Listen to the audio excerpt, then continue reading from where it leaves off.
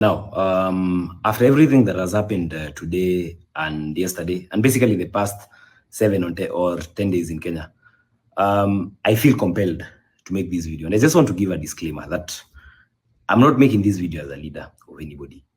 The views I'm going to express in this video are coming from my own heart. And I felt that since I've been communicating a lot of what I think and what I stand for through videos, I thought it was going to be a good idea to make this video. So I'm making this video after we've all seen, what the president has said. And the question that a lot of people, that a lot of guys are asking themselves right now is Kairo going to be in the streets tomorrow? And I just want to confirm one thing. The past protest, the one for yesterday and the one that we had last week, I was in the front line. I was in the front line when guys were shot in parliament. I saw that guy get killed. I was on the front line before we even got to parliament, and we pushed those cops, that unit that was manning City Hall, when we pushed them all the way from Pronto, all the way back to parliament, and inside parliament, I still made it inside there. So I'm talking from the perspective of a guy who's been at the front line of these things. And we've all seen how things have really escalated. But I want to tell guys one thing. After what has happened today, I feel like we've had a very big win. A very, very, very, very huge win. Because we've been dealing with a regime that, number one, is very arrogant. Number two, we've been dealing with a regime that is inept. Number three, we've been dealing with a regime that is corrupt. But one thing that gives me hope, despite everything that has happened, is the fact that we saw them climb down. It might not look like a very huge achievement to some of you, but for a bill that they had sworn and showed us that they were going to pass it, whether we liked it or not, the fact that they've been able to climb down to where we wanted them to come, that's a big achievement. Hello and welcome to my channel. So that was businessman Khalif Kairo, who was making a stance late Wednesday evening about the planned protests for Thursday. So let's hear what else he had to say. And that means that I feel that if we go to the streets again tomorrow, we might erode whatever we've been able to gain today. So with the same conviction I had when I took this phone and I told people that I was going to be in the streets, when I took this phone and I went to the streets and filmed everything that was happening around me, is the same conviction I have inside me that we should not go to the streets tomorrow. I feel that we need to give dialogue a chance. The same way that they've felt our presence, they've seen what we can do. I feel that this card we want to use tomorrow, where I've seen people saying we should march on State House. I feel that it will be very unwise to use this card at this particular point. And I'm going to give two reasons why. The first reason is, assuming theoretically we had 1 million people, 2 million people, which I'm very sure we can get, and we march from State House tomorrow, and the president is forced to resign, it is not going to solve all of Kenya's problems magically. Remember, countries are governed based on systems. There's a judiciary system, there's a parliamentary system, and you have the executive. All these systems work in sync. And every time there's an upset, especially during elections or even military takeovers, a lot of instability follows. Instability which affects economies, and instability which can also bring bigger problems, as we've seen in countries like Sudan. So my appeal would be, since we have brought them to where we wanted them to come, let's give them a month. As the same Gen Zs, as this Gen Z movement has proved, it's very organic, nobody's funding it.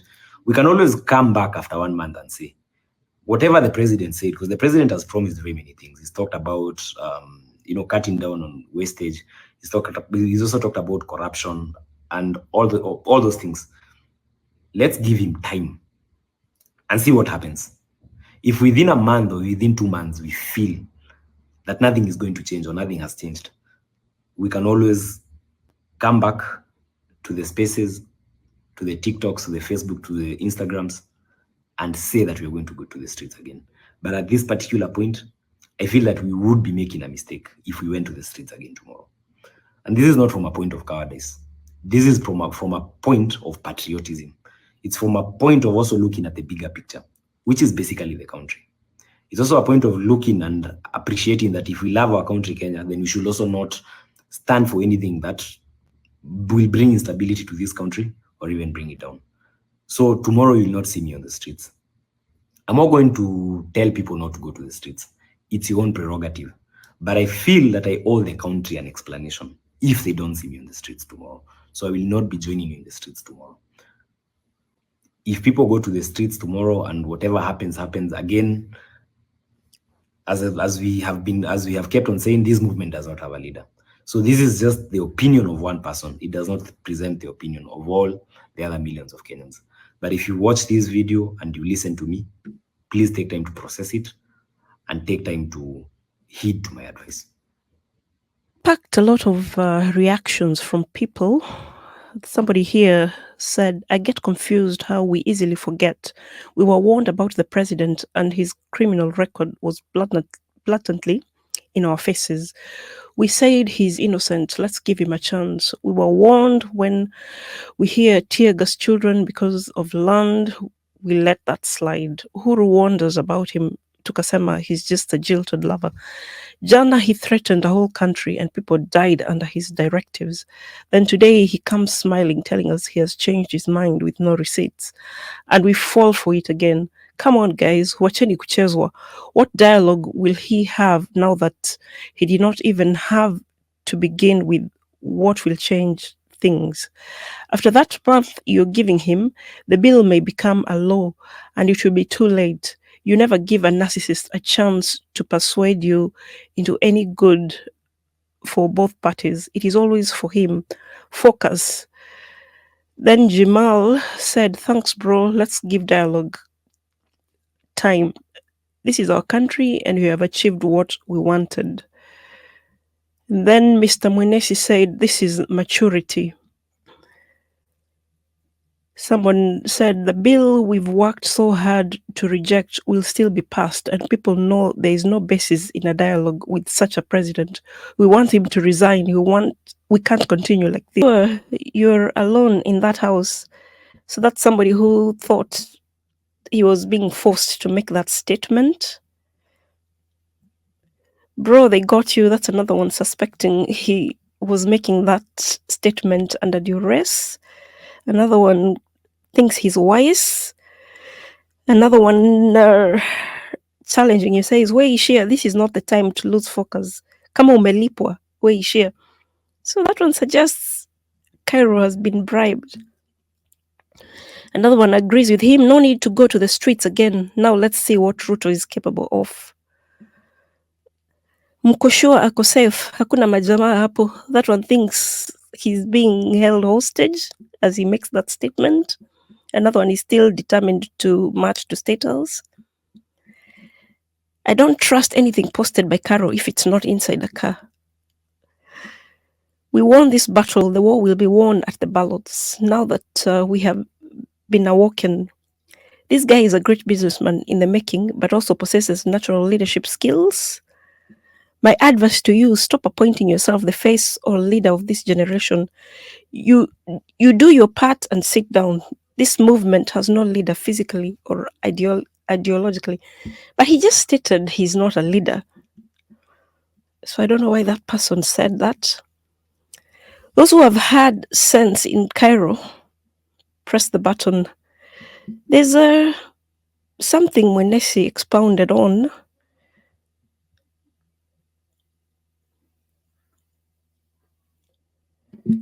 So under that comment of Mwenesi stating that Kairo is mature, somebody was like, ask yourself who appointed Khalif the ideological face of this movement. A couple of videos, stay focused. This movement has no leadership, both ideological or physical. That one was the one who was being addressed by this Miss Muki, who said, do you process information this way every day? Because if you do, you lose a lot of data along the way. He just started off by saying the views he holds are his own and that he isn't a leader or anything. Reduce the jealousy. It's evident in you. Or is it in your handwriting? So Mwenesi went on to say, no one has appointed him anything. Rejecting finance bill is a clear agenda. And the government and leadership has been put on notice that it won't be business as usual. The issue is that any further aggression towards state machinery without clear agenda or outcome is simply asking for unnecessary bloodshed and destabilization of the republic. Civil unrest is not a cute thing and has destroyed many countries once prosperous. Let's give it some time and see what happens fast. Yeah, that makes a lot of sense. Video, Cairo captioned, there's powers that want to hijack this movement to precipitate chaos and settle political squabbles. We can all agree that the current regime is evil. However, we can also agree that the DP's speech has exposed other powers the public isn't aware about. Let's regroup. And to that caption, somebody says Msaliti. For those who don't understand Swahili, that means traitor. Next one said, we are marching tomorrow. Since Ruto wants to engage the Gen Z doesn't have leaders or representatives. All the Gen Zs will meet him at State House, Nairobi tomorrow on Thursday at exactly 11 a.m. face to face to discuss as he requested. The discussion is that Ruto must go. Another said, thanks for this far. Unfortunately, you'll have to William Ruto shuka this revolution.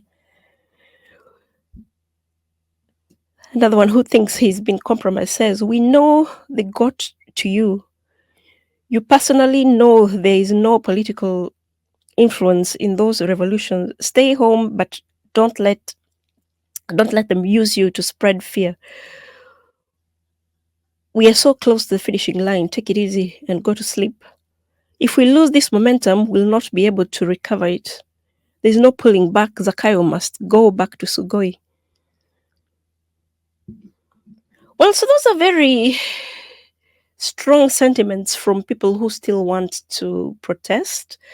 But as we speak now, the KDF guys are patrolling the streets of Nairobi. And I just like Kairo said, suspect some political bigwigs will try to hijack this moment. Ask my opinion. I think it should be wise to stop the protests for now. So just to see what's going to happen, because even if they tried to get to State House, all the roads to State House have been sealed off by the military. So I don't think they'll be able to accomplish their mission. And right now, it's like it started out as a protest against the tax bill, but it seems like it's turning into something else. So I wish people would just remain focused, though there's that doubt if Ruto is actually going to can the bill altogether, because I understand there's a provision in the constitution that allows the bill to go through whether the president gives it assent or not. So we'll see how it plays out. I hope we are going to restore order back into the society, because obviously all these disruptions are affecting economic activities, which I hope for the best. Just let me know what you think in the comment section below. Check out all the videos I've done regarding this protest. I'm going to create a playlist, which I'll link at the end of the video. Like and share this video. If you're not subscribed to my channel, please consider doing so. Thanks for stopping by, and I'll see you on the next one. Bye for now.